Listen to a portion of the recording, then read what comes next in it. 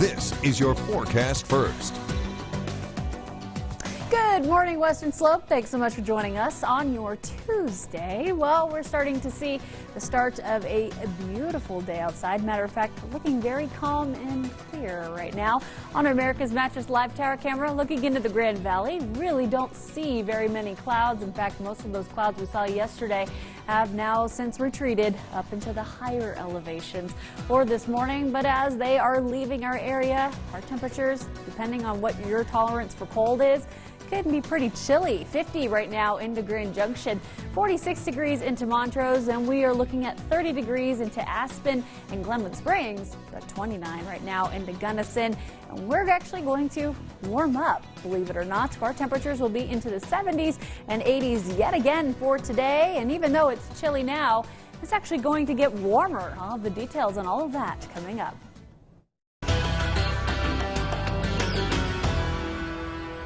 Sunday was a special day at the Denver Zoo for a grateful family visiting for the first time since their newborn almost died there.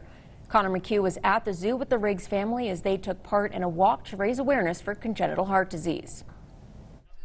The Riggs family visited the Denver Zoo on Sunday on a mission. They joined a walk to bring awareness to congenital heart conditions in children. It was a return to the very place where newborn Hadley nearly died because of one. We were walking around just when we got in and we realized that Hadley started to look a little blue. Minutes later, Hadley stopped breathing. My first instinct was just to keep screaming for doctors and nurses, and luckily a bunch of people came running our way. Among the group, Dr. Carolyn Francavilla-Brown and paramedic James Boyer both jumped in and started CPR. It was really scary. I mean, I showed up and saw a purple baby, yeah, we knew we only had a little bit of time to make a difference in that baby's life. Later at Rocky Mountain Hospital for Children, doctors learned Hadley's aorta had closed. It was that CPR that saved this baby's life and got this baby to us in a condition where we could help her. Hadley underwent successful open heart surgery, allowing her to live a long, healthy life. It was kind of a relief once we knew that it was something that could be fixed and that research has made so many children be able to live through this condition. And for Hadley, a chance to live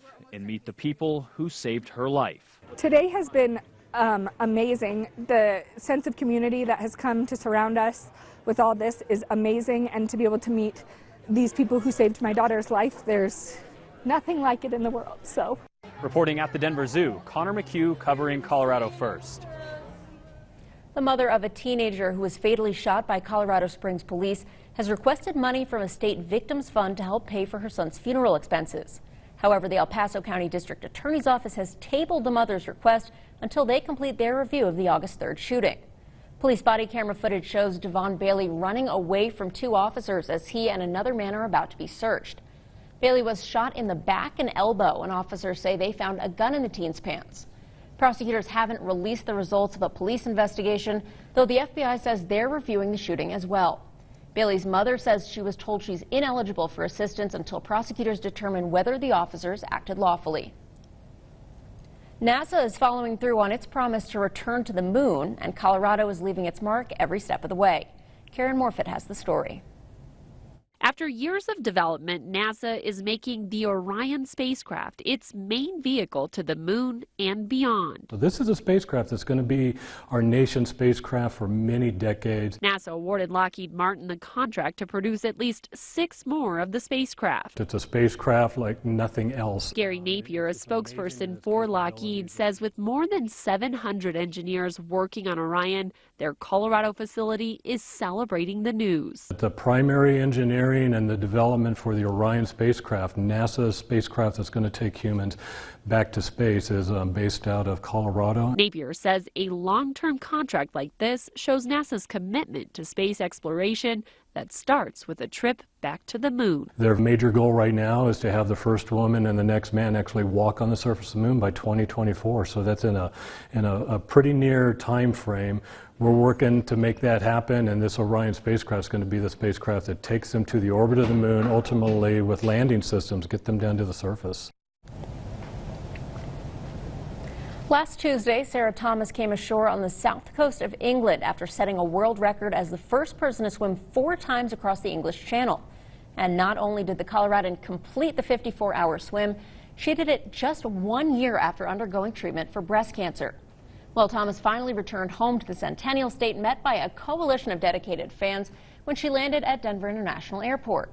Her accomplishment is accurately being referred to as amazing and inspirational, but Thomas calls the VIP treatment she's getting pretty crazy, saying she even received a special escort through customs. Still, she says she's grateful for all the support from fans that she did not even know that she had.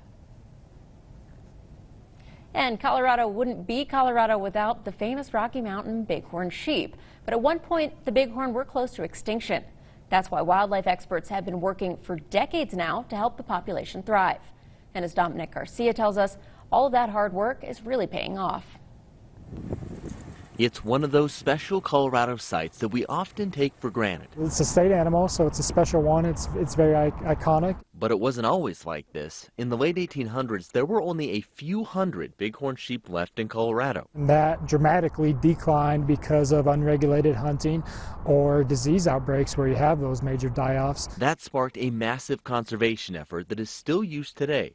Part of it includes this: capturing the bighorn sheep and relocating them to areas where they can thrive. The people that are employing the net, and then you got the crew on the ground that is working really quickly to process the animals. You get them onto their new habitat and hope that you can set them up for success. Over the years, the capturing and relocating of the animals has paid huge dividends. The population is now back to around 7,000, but it's a continuing balancing act. Whether it's relocation to try to establish herds in other portions of the state where maybe there's been a die-off, or if it's just keeping an eye on the herds of the known locations now. And as always, Parks and Wildlife wants to remind people, as majestic as they are, keep your distance. You do not want to get yourself in close distance with a ram or a ewe and have that potentially attack you.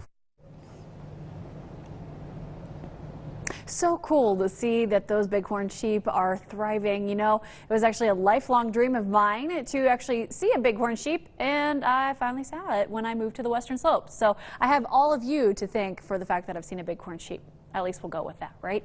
Well, let's go with this morning's beautiful tower camera. Oh my goodness, it's a very clear morning. Chilly too, but we're going to see some warmer temperatures as well. Of the details on all of that's coming up in my full forecast. But let's take a look at our pollen forecast one last time. Brought to us by Allergy and Asthma Center, Western Colorado. We'll be right back.